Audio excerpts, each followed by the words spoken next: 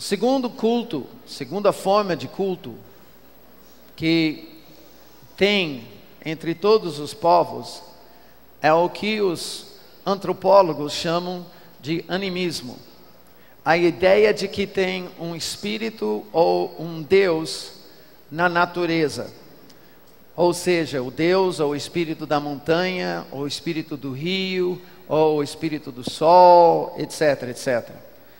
Onde se atribui as forças da natureza, uma personificação, né?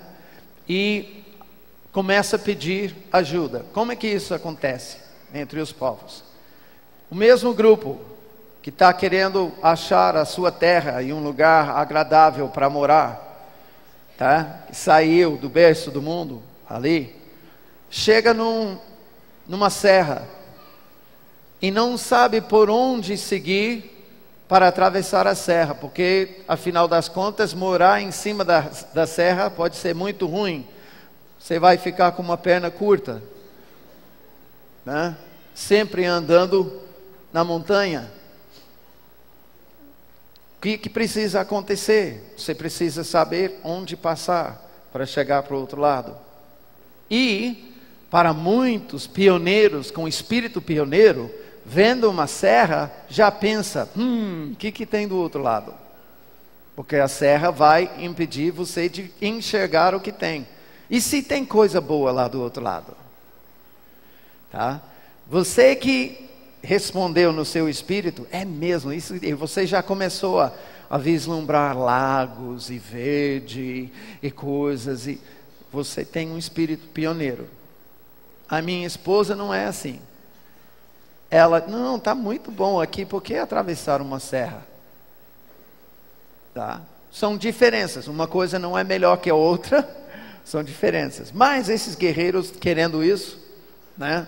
Dessa tribo querendo isso, está ali e a mesma coisa. Só que começa a buscar e os guerreiros se reúnem uma noite em volta da fogueira e já antes eles tinham entendido uma coisa.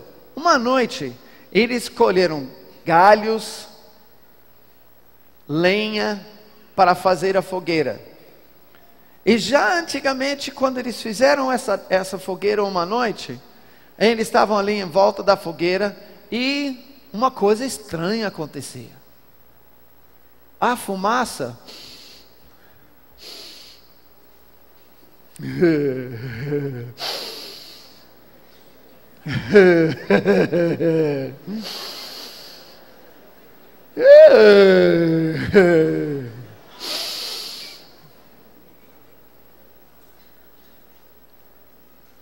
eles ficaram doidão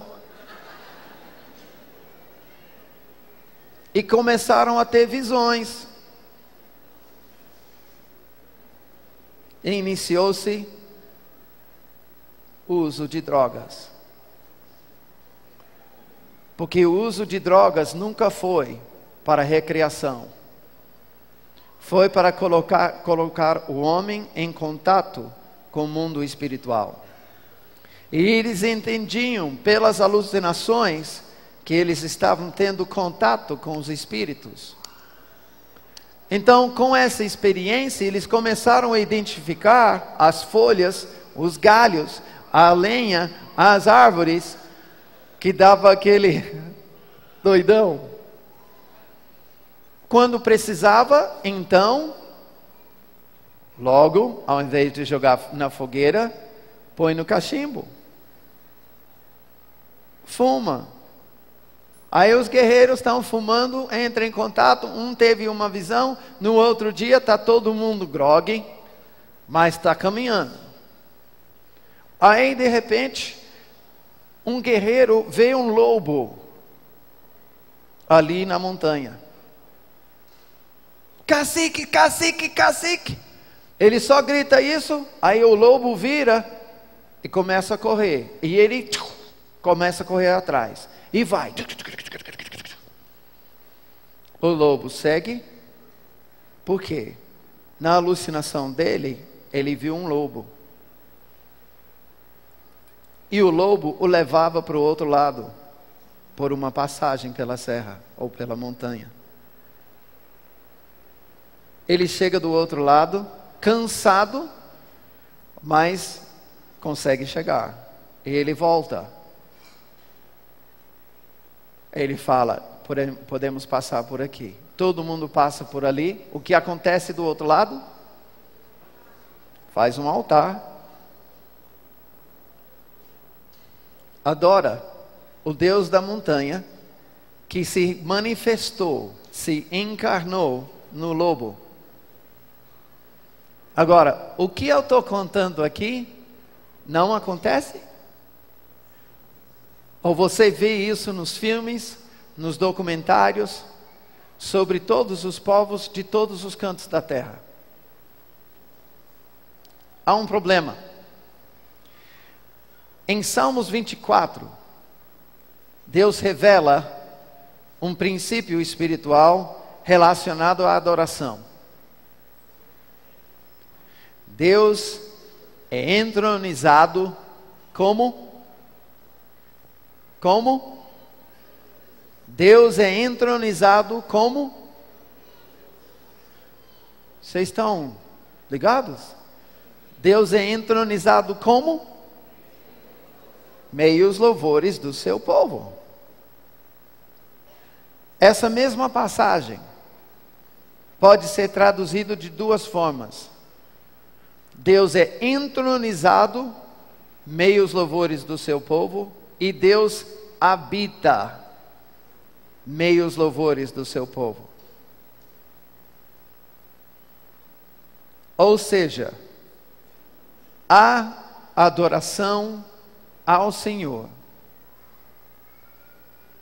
faz para Ele um lugar de habitação. A adoração ao Senhor faz para Ele um trono de onde Ele governa. Ele é entronizado. Entronizado tem a ver com reino, com governo. A questão é que isso revela um princípio espiritual. E sendo que Satanás não é autônomo, ele só pode seguir os princípios espirituais que Deus já determinou. Esse é um deles. Veja bem, o ser humano colocando a planta dos seus pés em terra antigamente não explorada, agora coloca a planta dos seus pés, e o que Deus fala para o ser humano, onde ele colocar a planta dos seus pés? É dado. Só tem um problema. Onde o ser humano colocou a planta dos seus pés, em seguida, ele fez um altar e adorou. Se Deus é entronizado e Deus habita meio os louvores do seu povo, também os deuses são entronizados meio o louvor e habitam meio o louvor do povo que os adora e sacrifica para eles. Espiritualmente, quando os povos que migraram sobre a terra chegavam e faziam algum culto a um outro Deus que não seja o Criador, entrega uma adoração que Deus abomina. Nesse momento, aquilo que Deus deu a eles em adoração entregaram o domínio e o direito de habitar para esses deuses. Só que nós sabemos que eles não são deuses. Eles são o quê? Demônios. Ouve o que eu vou observar aqui, especialmente as pessoas que têm lidado com batalha espiritual em relação a principados e potestades.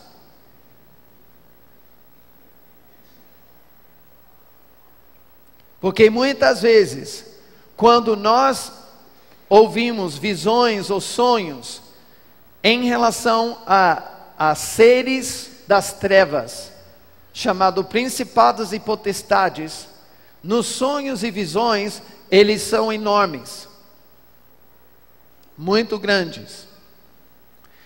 E nós temos atribuído aos principados e potestades um tamanho muito grande. E eu quero que entendamos como que eles chegaram a ser principados e potestades. Existe em todas as nações, existem exércitos. E há um comandante do exército. Esse comandante do exército, digamos, do exército brasileiro. Esse comandante, que quando você chega no final, é uma pessoa, fisicamente ele é maior do que o soldado? Não.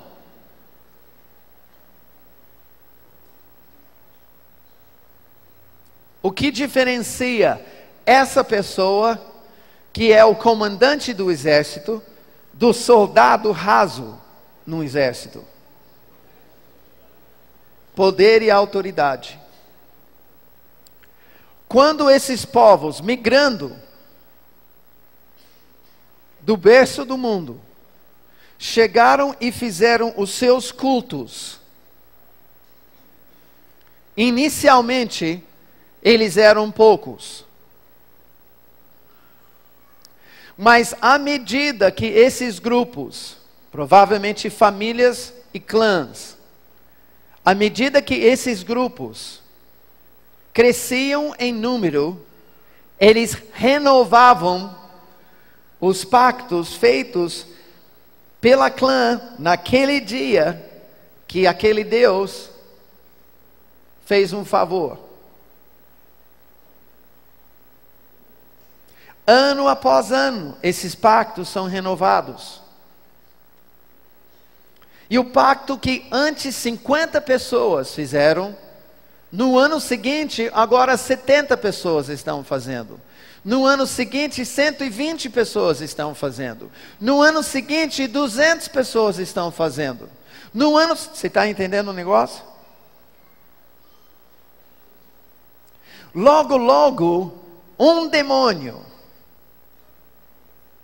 que foi colocado para atender essa adoração regional ou territorial, porque foi feito num lugar, um demônio foi, esse que foi, de repente, é dado autoridade, não por um grupo de 50 pessoas mais, agora é 50 mil. Antes, esse demônio tinha o tamanho, a autoridade de um sargento. Hoje é principado.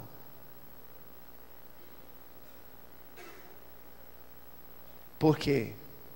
Por causa do número de pessoas que dão adoração a essa figura.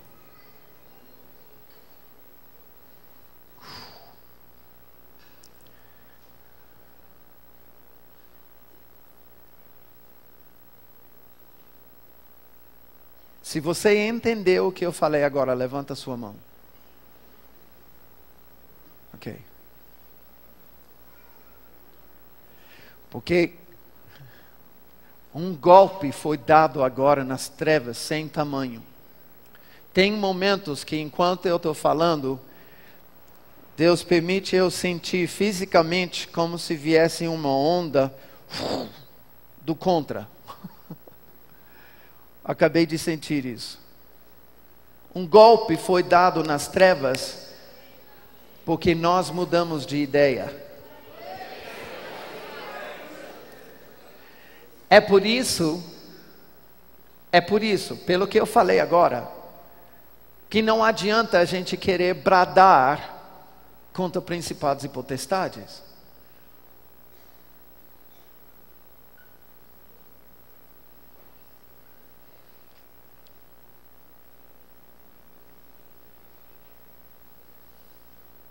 Com todo o amor, os nossos brados podem ser proféticos quando Deus manda a gente dar uma ordem ou decreto.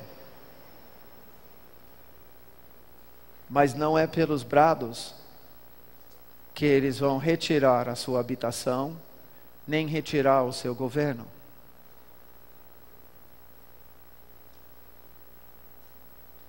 Eles não vão sair só porque nós bradamos, porque eles não vieram só pelos brados. Agora, veja bem comigo. Como então que espíritos territoriais foram estabelecidos? Os povos migrando, recebendo a terra do Senhor, onde pisavam, faziam cultos, e esses cultos davam o domínio e o direito de habitar a principados, potestades, dominadores do mal. E eles, atendendo à adoração dos povos da terra, se estabeleceram. Agora eu gostaria que você visse o globo terrestre.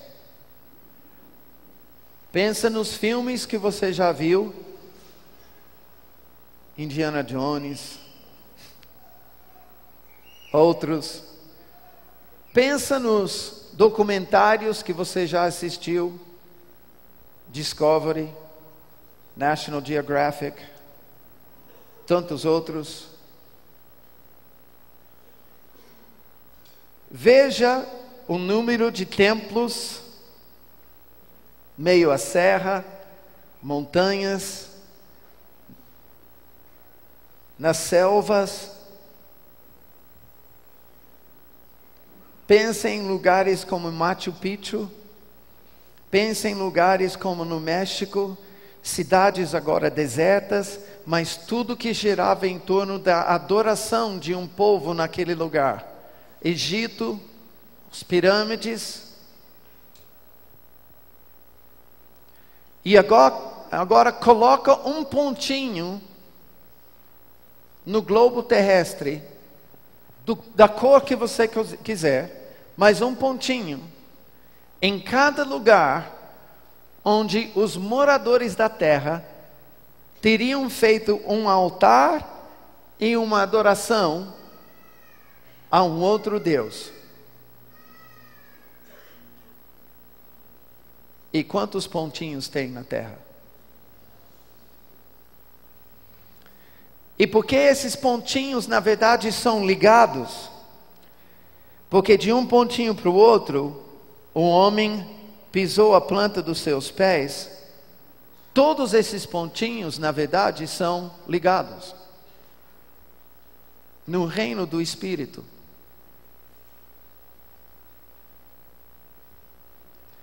Porque Satanás, para ter domínio na terra, precisa receber adoração. Porque é pela adoração que se ganha o direito de governar e de habitar. Alguém já foi para um lugar de culto a um outro Deus? Templo, você visitou talvez um templo budista, você já esteve num terreiro, tá? Eu pergunto, naquele lugar, você sentiu até fisicamente a presença maligna? Por quê? pela adoração dada naquele lugar, se dá o direito de haver uma habitação concentrada das trevas. É um dormitório de demônios.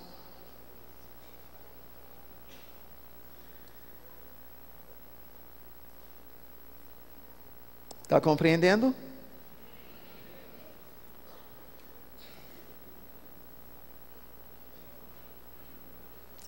Com o tempo, o inimigo não se satisfaz com o altar que marca a terra. Ele quer uma casa. E ele gera e dá até revelação demoníaca para construir edificações que hoje engenheiros não podiam replicar, como os pirâmides.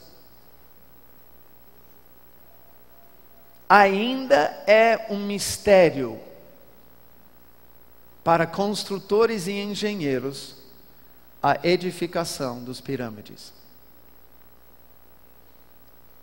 Eu observo que eles receberam, os construtores, sem toda a tecnologia que nós temos hoje, eles devem ter recebido alguma revelação demoníaca para poder fazer aquelas edificações.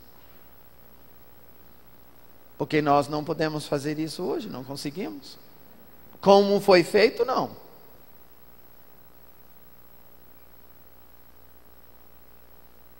E nós podemos observar que ao redor do mundo, Satanás gerou isso.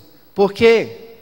Porque ele sabe que se ele vai governar, se o império das trevas vai ser edificada e sustentada, se ele terá o direito de habitar na terra, ele tem que receber a adoração.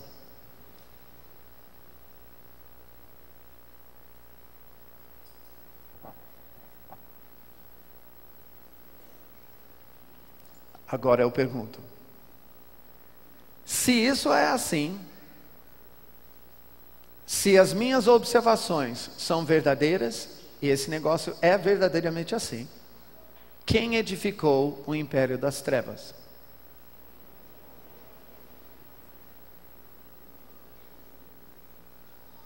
Foi Satanás? Quem foi? Quem é que vai destruir?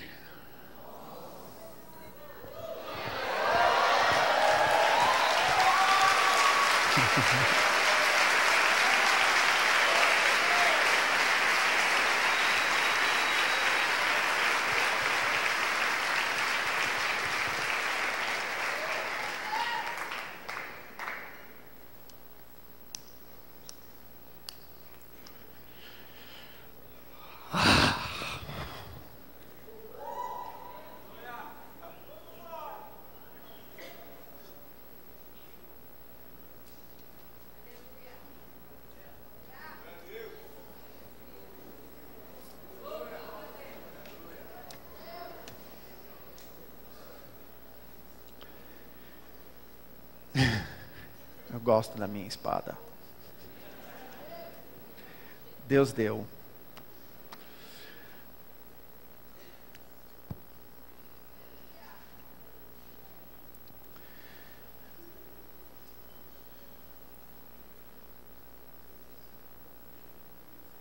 O ser humano fez habitação e o ser humano fez o trono para o inimigo.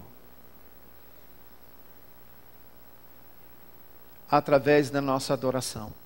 Nós fomos feitos, amados, para sermos adoradores. Quem não adora a Deus, adora alguém.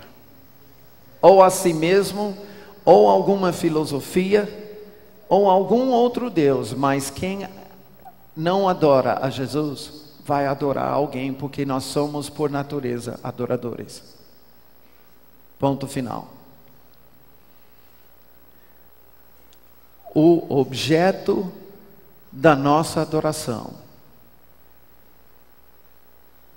recebe direito de governar e habitar.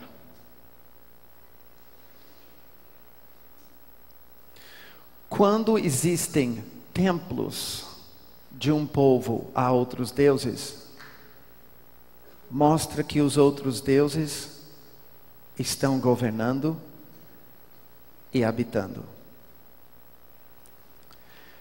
E quando os outros deuses conseguem convencer e conduzir os habitantes da terra a levantar postes ídolos, estátuas, imagens, etc., etc., que glorificam os outros deuses, são as maiores evidências da habitação e do governo das trevas no meio do ser humano. É por isso que a maior denúncia contra a Igreja Católica, que é uma igreja cristã desviada, a maior denúncia do seu desvio é o obelisco no meio da praça de São Pedro, em Roma. Porque o obelisco, como vem do Egito, e o obelisco é um símbolo fálico, ou seja, é o órgão masculino dos deuses do Egito. Todas as vezes que você vê um obelisco, Satanás está rindo na cara dos povos e ele está xingando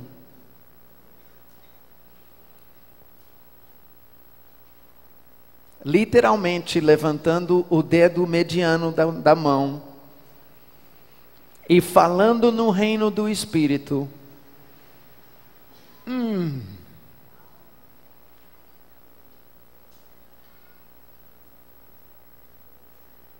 Entendeu ou preciso explicar mais?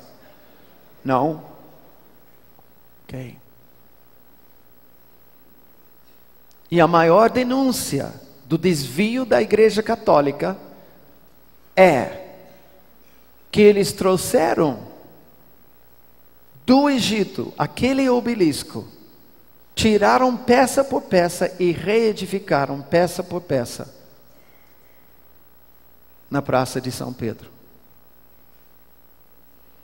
A maior denúncia do desvio da Igreja Protestante é a existência da maçonaria dentro da igreja. Porque a maçonaria tem nas suas origens os deuses do Egito, que são invocados nos graus e nos votos que se faz na maçonaria. A simbologia da maçonaria vem tudo do Egito. A simbologia da maçonaria vem tudo do Egito. Eu estou falando isso porque nós precisamos ficar indignados, como os profetas eram indignados.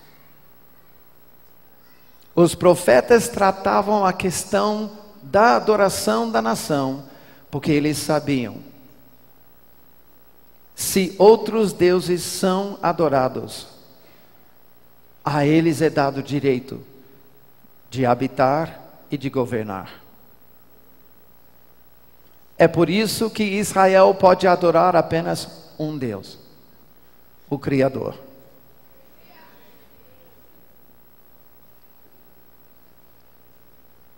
Deus está levantando essa geração profética e não tem outro destino, amados, senão chegar diante de governantes diante de sacerdotes e denunciar todas as formas de idolatria, que podem ser imagens, podem ser outros deuses, podem ser ídolos no coração,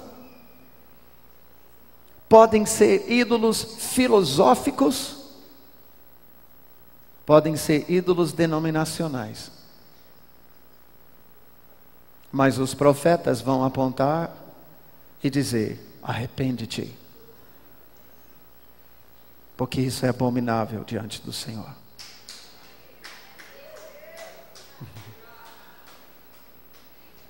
Amém. Agora Deus deu uma solução para isso. Nós podemos observar que Ele chamou um homem chamado Abraão e fez de Abraão uma nação. E quando Ele chamou essa nação, Ele chamou essa nação de Israel, príncipe de Deus, aquele que vai reinar na terra para Deus. Note que tem a ver com governo. Note que na verdade esse foi o destino da humanidade: ser o agente de Deus para estabelecer o reino de Deus na terra e servir a Deus como seus governantes aqui na terra. E quando Deus chamou Israel para fazer a aliança com Ele, Ele disse: vem fazer o quê no deserto durante 3 dias? Adorar. Por quê? Por causa do princípio espiritual. Para Deus habitar e governar com o povo de Israel, eles tinham que adorá-lo e deixar de adorar os outros deuses. Durante os tempos de Israel, em que os juízes governavam a nação, Deus tinha dado um plano pelo tabernáculo de Moisés para tratar o pecado e o povo de Israel festejar e celebrar diante do Senhor, basicamente em 3 celebrações ou adorações durante o ano: tabernáculos, Páscoa e Pentecostes. E tudo começou com a Páscoa, quando saíram do Egito. E o sangue do Cordeiro foi derramado para eles serem libertos dos deuses do Egito. Aí, durante um tempo, eles foram governados pelos juízes. Depois disso, chegou o povo um dia para o profeta Samuel e disse: nós queremos um outro Deus, um outro rei, como as nações. E o problema é que no fundo eles estavam querendo um outro Deus, porque até então Deus é quem governava sobre a nação, direto.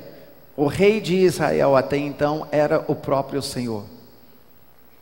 Ao dizer queremos um outro rei, um rei como as nações têm, Israel estava destronando o próprio Senhor, que era o rei. Sabemos que Deus escolheu, separou Saul. Parece que Deus falou assim: tá bom, você quer um homem? Eu vou te mostrar o que é bom para a tosse. E Saul levou a nação à ruína. Durante esse tempo, Davi recebeu a unção e a profecia que ele seria rei, um homem que tinha um coração segundo Deus, homem temente a Deus, um homem que sabia adorar ao Senhor. Quando chegou a hora dele, nós observamos uma coisa na vida do rei Davi.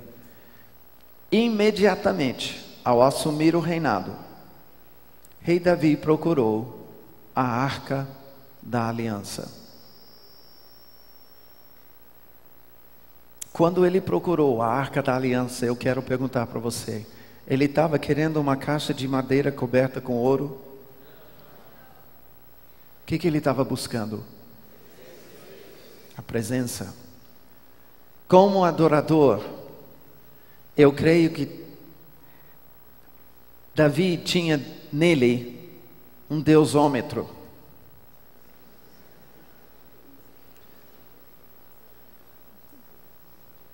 Ele sabia medir a presença manifesta de Deus no lugar. E como guerreiro, ele estava guerreando em todas as partes da nação. E o deusômetro dele lá no norte dizia, Deus não está aqui. E no sul, Deus não está aqui. No leste, Deus não está aqui. No oeste, Deus não está aqui. E ele procurava, durante 7 anos como rei, antes dele ser entronizado, ungido como rei de toda a nação, ele procurava, cadê Deus? Mas uma coisa tinha acontecido. Os filisteus tinham entrado lá no tabernáculo de Moisés e roubaram a Arca da Aliança. Os filisteus roubaram a Arca da Aliança? Qual é a sua ótica?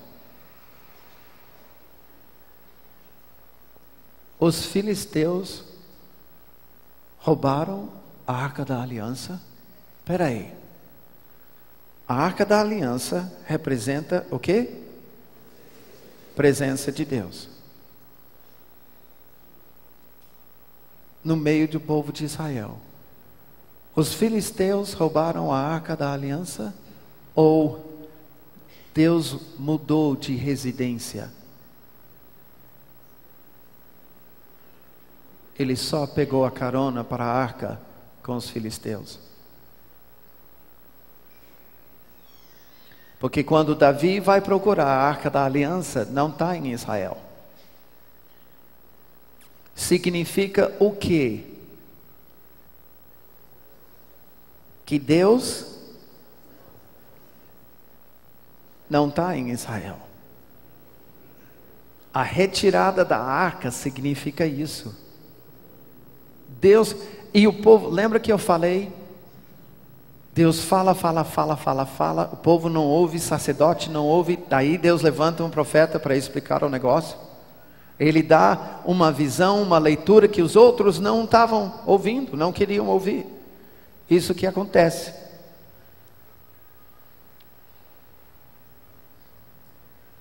Davi não vai guerrear, ele vai pegar a arca, ele vai atrás da arca, porque ele sabe que Deus não está em Israel. Quando ele vai para lá, ele pega, não deixa ninguém tocar, tá bom, pega e eles começam a levar, põe no carrinho, carrinho balança, não, o cara morreu. Quando isso aconteceu, entrou o temor de Deus no coração do Davi. Ele pega, volta onde ele pegou a arca e consulta ao Senhor. Deus, como é que a gente faz isso direito? A palavra diz que em seguida eles tomavam alguns passos e sacrificavam. Depois eles tomavam mais alguns passos e sacrificavam. E mais alguns e sacrificavam. E mais alguns e sacrificavam. O que nós não compreendemos, que é implícito nisso, não precisa nem falar para o povo judeu. Ao sacrificar, eles também confessavam pecados. Porque a Arca da Aliança não foi roubado pelos filisteus. A Arca da Aliança foi levado pelos filisteus porque Deus não queria ficar no meio do pecado do povo de Israel mais. Deus se afastou por causa dos pecados do povo. Para Deus voltar, o que tem que acontecer? Se arrepender e confessar os pecados. Então eles tomavam alguns passos, sacrificavam, confessavam os pecados da nação, que afastaram Deus. Ia para frente, sacrificava de novo, e de novo, e de novo.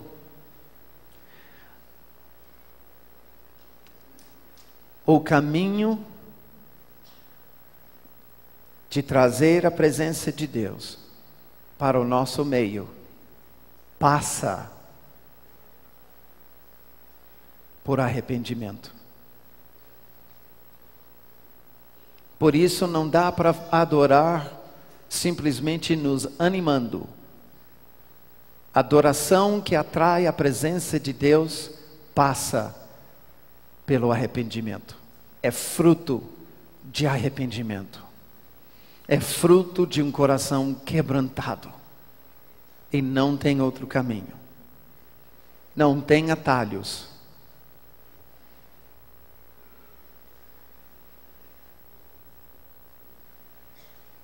Interessante observar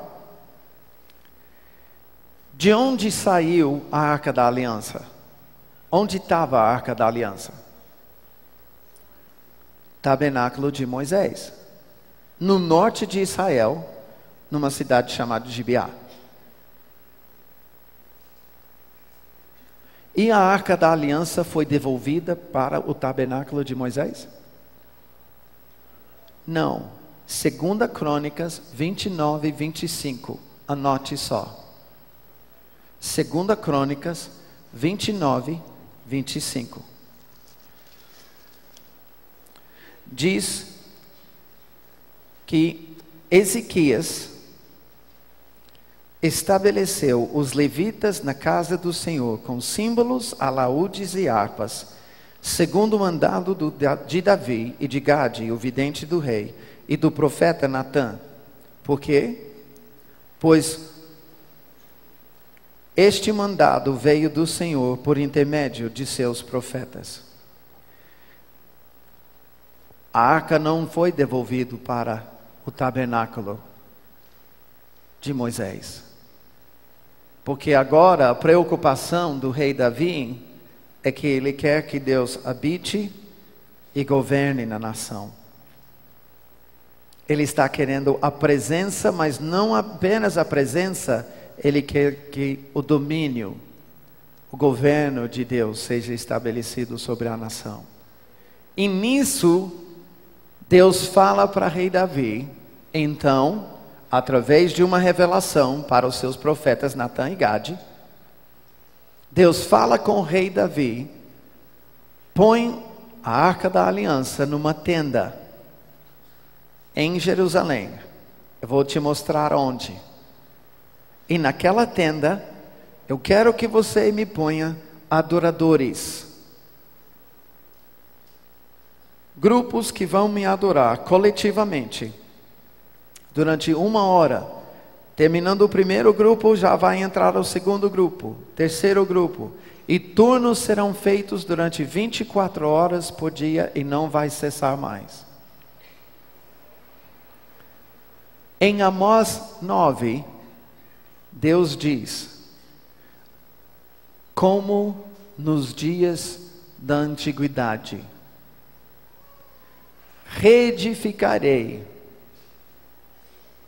levantá-lo-ei das suas ruínas, como fora nos dias da antiguidade. É preciso trazer uma pequena correção.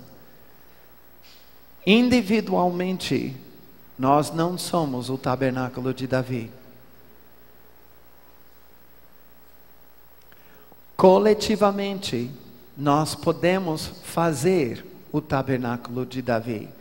Porque Deus especifica na profecia como fora nos dias da antiguidade. E sabemos que Deus não está se importando com a tenda, o tecido. Deus quer a adoração que acontecia lá. Por quê? Quero perguntar para você. A arca da aliança era Deus? Não? O ouro da arca era Deus? O conteúdo da arca era Deus? Não. Para que servia a arca então? Deus mandou fazer a arca? Mandou, né? Parece que ele queria ensinar algo para o povo de Israel. Parece que a arca era apenas um lugar, ou a marcação de um lugar, para o povo de Deus. E a palavra diz que essa arca foi colocado no meio do tabernáculo.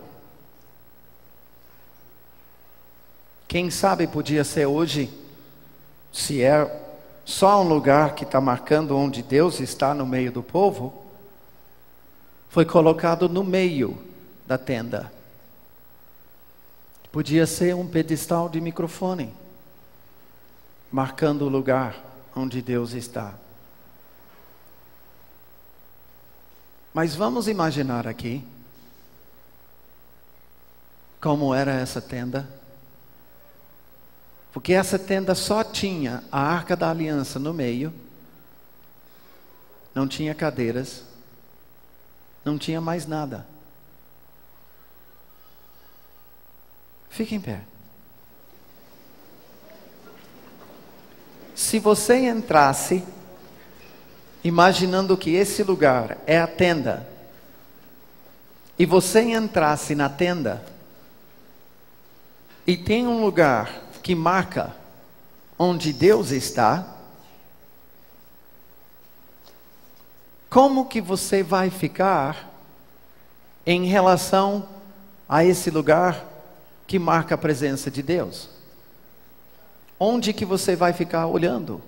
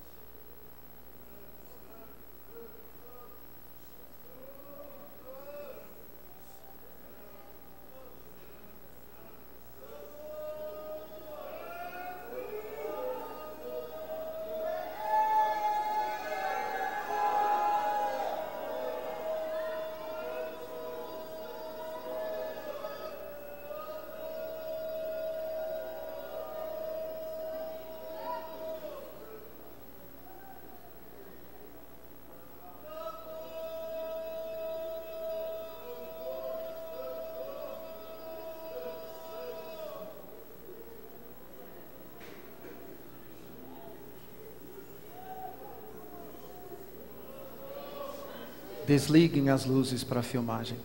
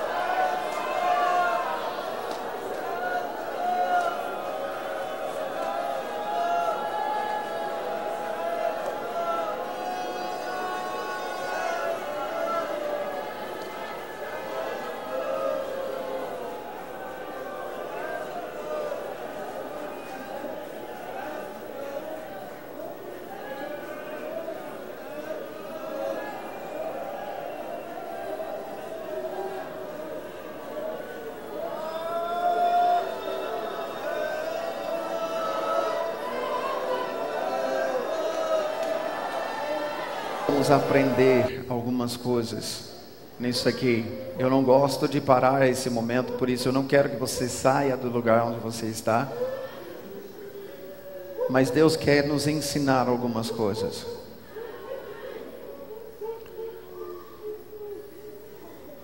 A razão pela qual Deus fez a Arca da Aliança não foi porque Ele habitava na Arca.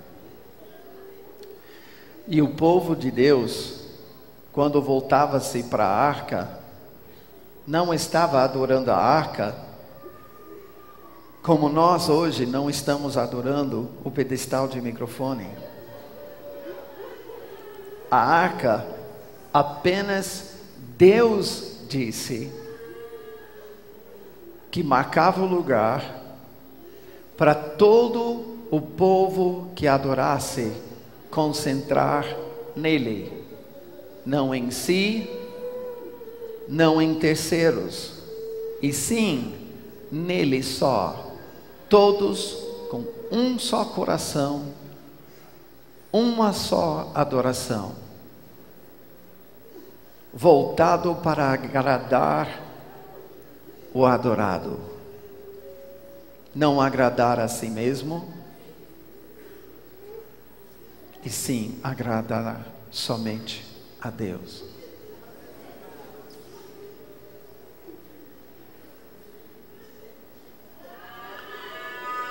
Agora, quando nós concentramos no Senhor, algumas coisas costumam acontecer.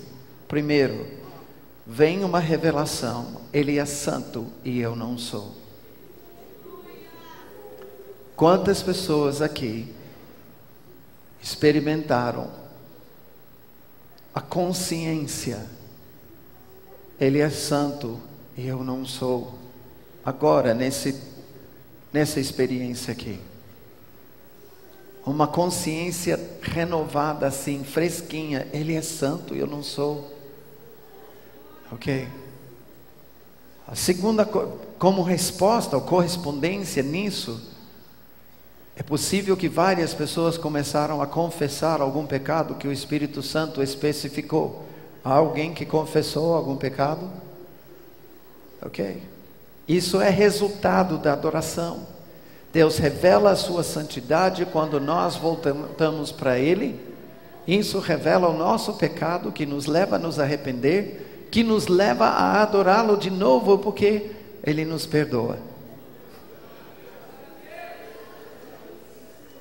A segunda coisa que acontece geralmente é, nessa consciência de que Ele é santo e eu não sou, ao invés de sentir uma rejeição, porque a nossa reação quando Ele revela nosso pecado é nos esconder.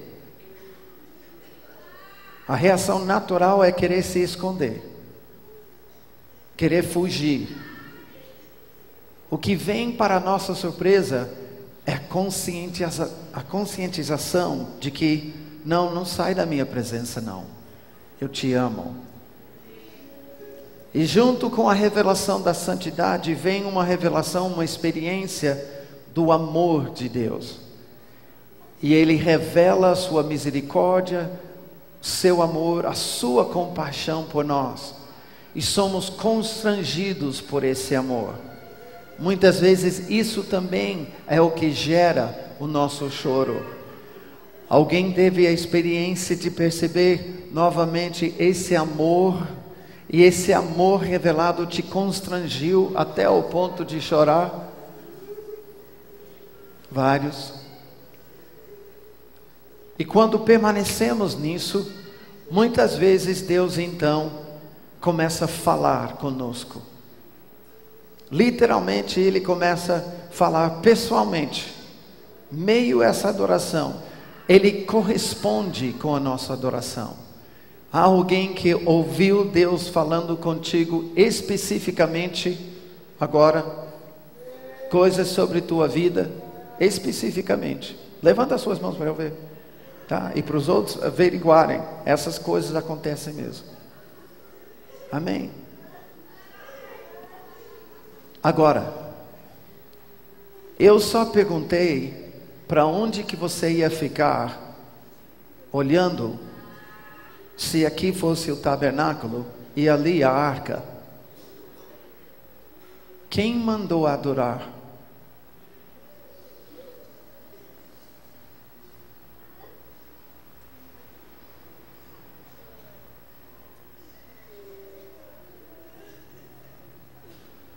Porque não fui eu. Depois que aí eu puxei o que eu senti no espírito de puxar. Mas teve um grupo que nem entrou nessa. Continuou adorando espontaneamente. Não estava nem aí. Tem gente prostrado, ajoelhado, curvado, tremendo, chorando. Quem mandou fazer essas coisas? Porque eu não fui. O Espírito Santo está em nós.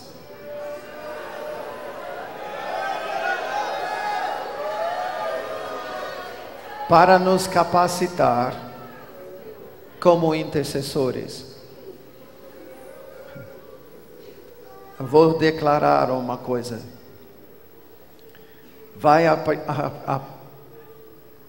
vai cessar a nossa dependência de grupos de adoração para adorar ao Senhor.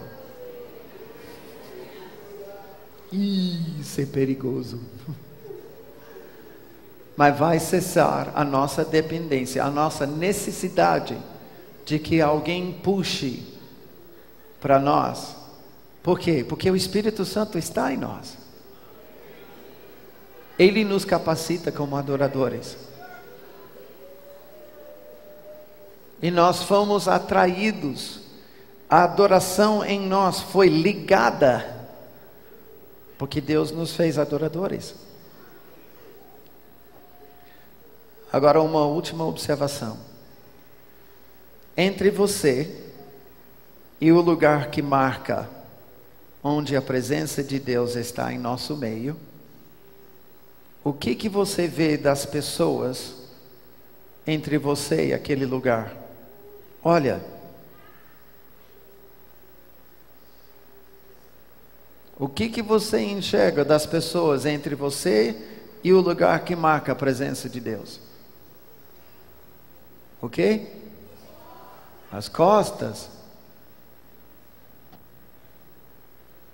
É por isso que anos atrás Deus falou para nós: eu quero adoração em santidade, de costas para o povo, de frente para mim.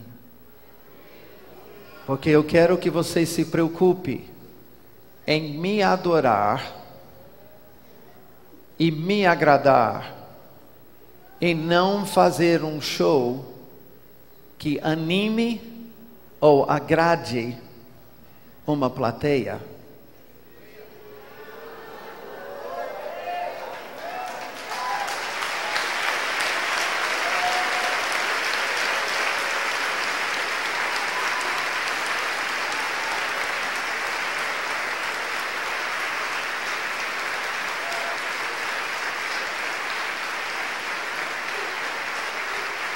Eu preciso fazer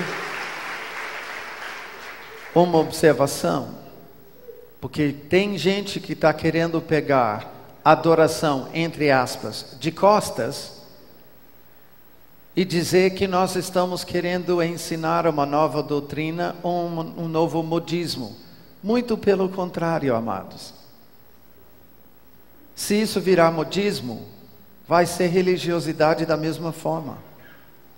Não estamos fazendo isso. E não estamos fazendo que você não pode olhar para o povo. Estamos dizendo que Deus nos deu uma lição prática, que nós acabamos de praticar, que nos ensina um princípio. Uma vez que nós subimos num palco, nós temos que agradar ao Senhor com a nossa adoração, não ao povo. A condição do nosso coração não é escondida, oculta de Deus, como é do nosso vizinho, do nosso próximo. Ele não sabe a condição do nosso coração. Deus sim sabe. Quero uma adoração em santidade, de costas para o povo, de frente para mim. Essa lição prática simplesmente ajuda a fazer cair a ficha. Amém? Não estamos ensinando uma nova doutrina. Amém? Amém. Vamos sentar.